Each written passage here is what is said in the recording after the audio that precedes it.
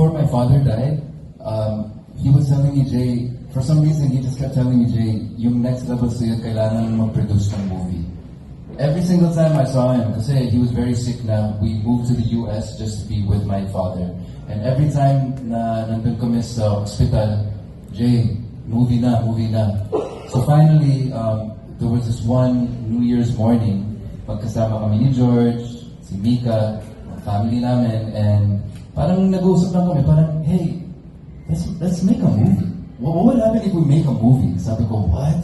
My dad has been saying, let's make a movie. Good game. Meron na kaming mga story, may mga ideas na kami. So nag-brainstorm kami.